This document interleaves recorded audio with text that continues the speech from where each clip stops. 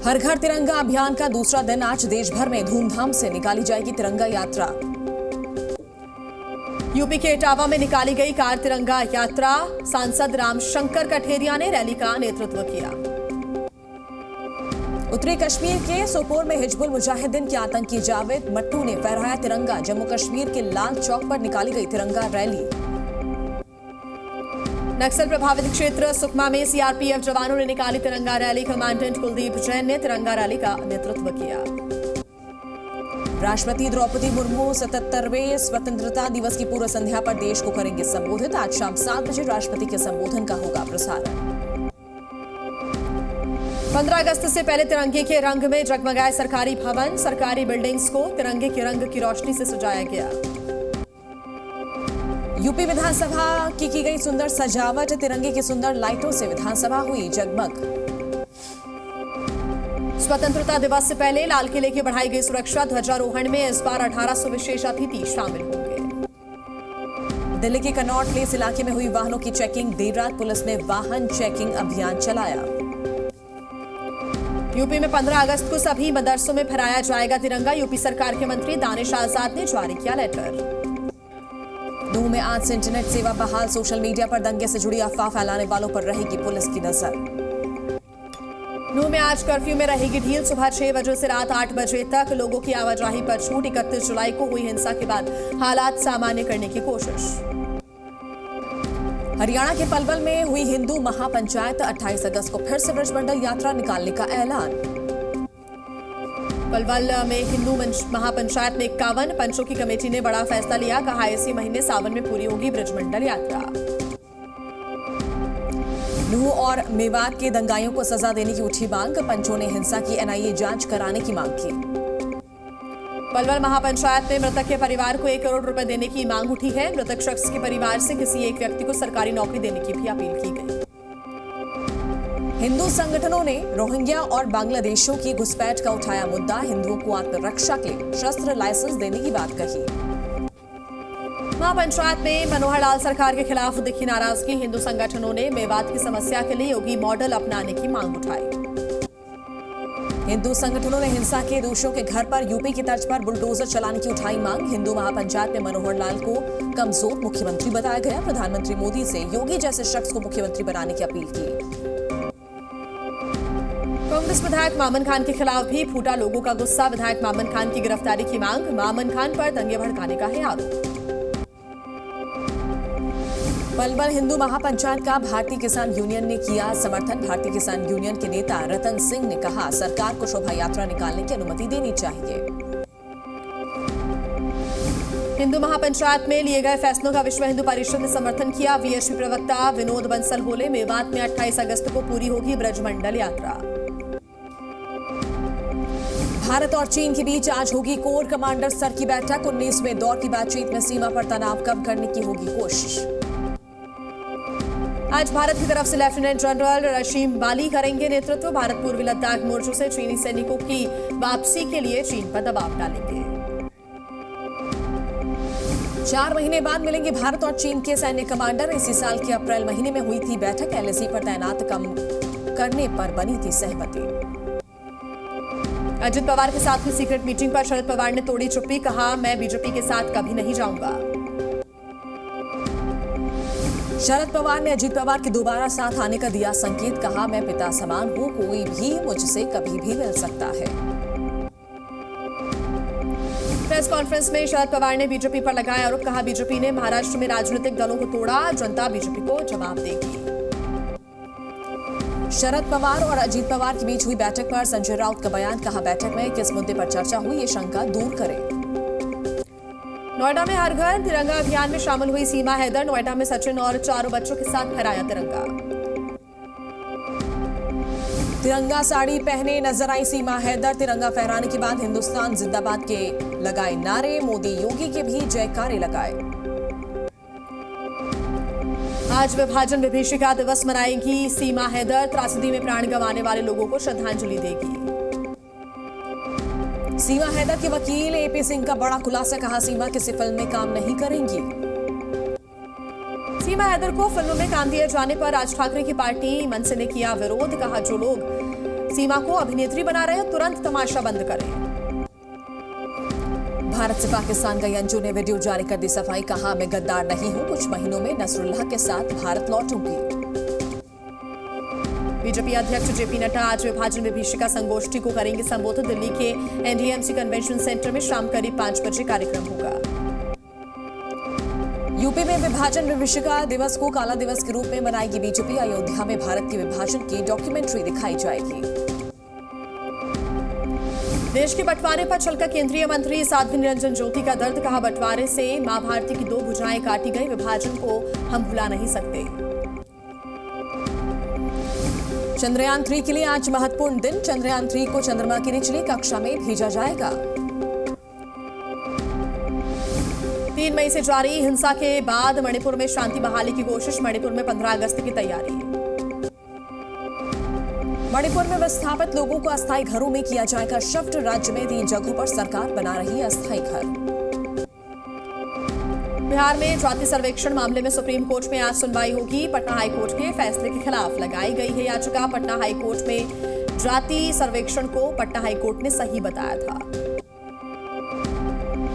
गोधरा अग्निकांड के गुनहगारों की जमानत याचिका पर आज सुप्रीम कोर्ट करेगा सुनवाई। आरोपियों ने 2002 में साबरमती एक्सप्रेस में आग लगाकर 59 लोगों को जिंदा जला दिया था।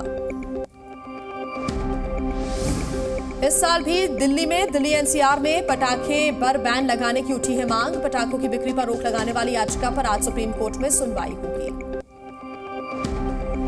मध्य प्रदेश में प्रियंका गांधी पर हुई एफआईआर से भड़की कांग्रेस, प्रियंका की तरफ से लगाए गए कमीशन वाले आरोप को सही बताया।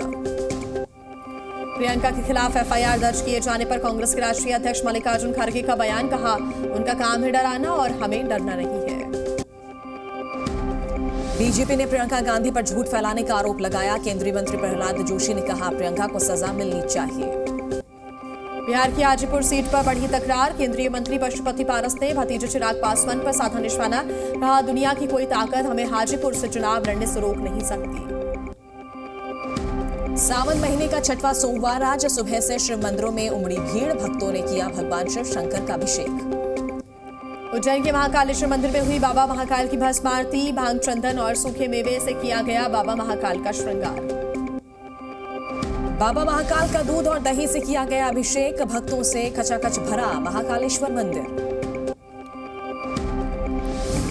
मेरठ के बाबा ओघड़नाथ शिव मंदिर में उमड़ी भक्तों की भारी भीड़, भक्तों ने लगाए हर हर महादेव के जयकारे। तमिलनाडु के चेन्नई में देर रात हुई तेज बारिश, माउंट रोड सहित कई इलाकों में जलभराव से बढ़ी परेशानी। हिमाचल प्रदेश के सभी स्कूल आज रहेंगे बंद, लगातार हो रही बारिश की वजह से फैसला लिया गया, परीक्षाएं भी रद्द। हिमाचल में भारी बारिश से बुरा हाल, सिरमौर में सैलाब का दिखा खौफनाक मंजर, पानी के साथ कार खिलौनों की तरह बही। सिरमौर में सैलाब के बीच फंसे कई लोग, गाड़ियां भी बही, जनजीवन हुआ अस्त व्यस्त। सिरमौर के नाहन में बादल फटने से आई बाढ़, चारों ओर दिखा पानी का कब्जा, घरों में कैद हुए लोग। मनाली में नदी में नहाने गए 2 युवक बहे, कड़ी मशक्कत के बाद दोनों का रेस्क्यू किया गया। हिमाचल में भारी बारिश के बाद भागड़ा नांगल बांध का बढ़ा जलस्तर, बांध से पानी छोड़े जाने से महाराणा प्रताप झील हुई लबालब। यूपी के कई जिलों में बाढ़ ने मचाई तबाही, अमरोहा में बाढ़ में डूबे करीब 40 गांव। यूपी की पीलीभीत में देहा नदी का जलस्तर बढ़ने से कई गांवों में आवागमन बंद, सीओ और एसडीएम ने बाढ़ प्रभावित इलाकों का जायजा लिया। मानसून सीजन में बस्तर के चित्रकोट वाटरफॉल पर बढ़ी सैलानियों की भीड़, वाटरफॉल को देखने पहुंच रहे हैं लोग। पंजाब के जालंधर में 70 फुट गहरे बोरवेल में गिरा मजदूर, एनडीआरएफ की टीम रेस्क्यू में जुटी। स्वतंत्रता दिवस पर योगी सरकार की बड़ी पहल, 9 करोड़ ग्रामीणों को देगी घर घर नल से जल का तोहफा।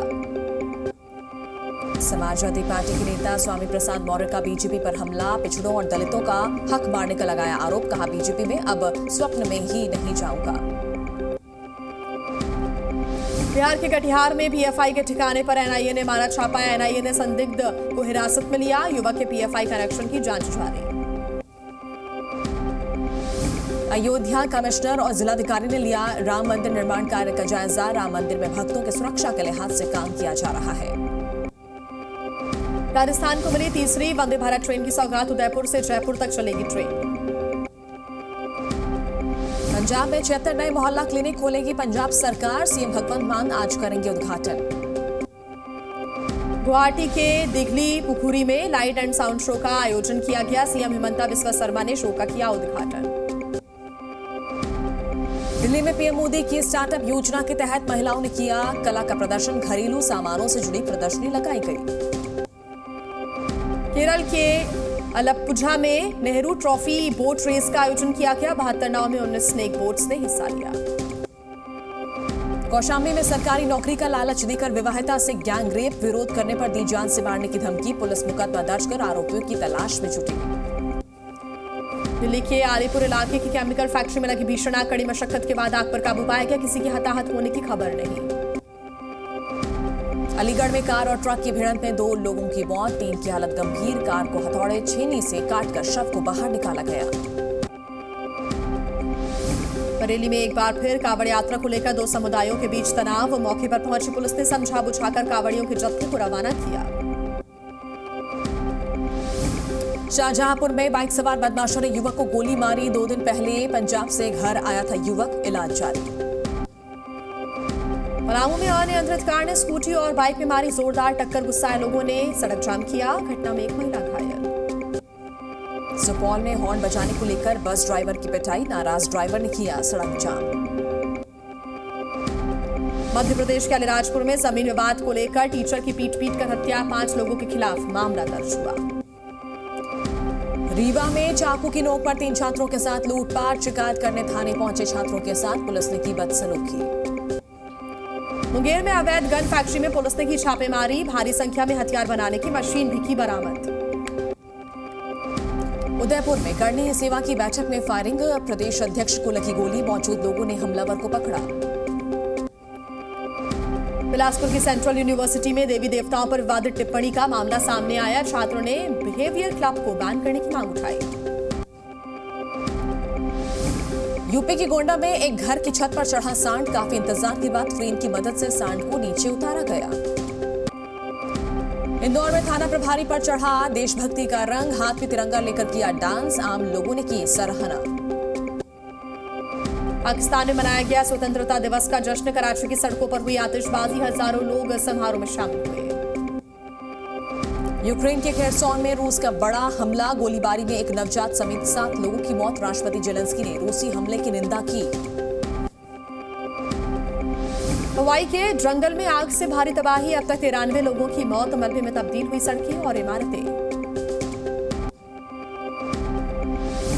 पाकिस्तान के ग्वादर में बलूचिस्तान लिबरेशन आर्मी का हमला। 4 चीनी नागरिक और 9 पाक सैनिकों को मार गिराने का दावा।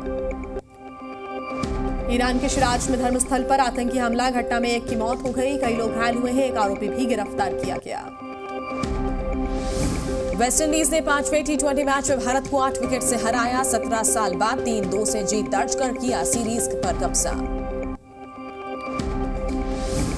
5वें मैच में पहले बल्लेबाजी करते हुए भारत ने बनाए थे 165 रन। 2 विकेट गंवाकर वेस्टइंडीज ने हासिल किया लक्ष्य। कोची केडीज ने जीती पहली प्रो पंजाब लीग। फाइनल में किराक हैदराबाद को 30-28 से दी मात। समारोह में एक्टर सुनील शेट्टी और प्रीति जांगियानी भी हुई शामिल। आज बिग बॉस OTT 2 का ग्रैंड फिनाले। रिपोर्ट के मुताबिक शो में अपनी अपकमिंग फिल्म जवान का प्रमोशन करने पहुंचेंगे शाहरुख खान।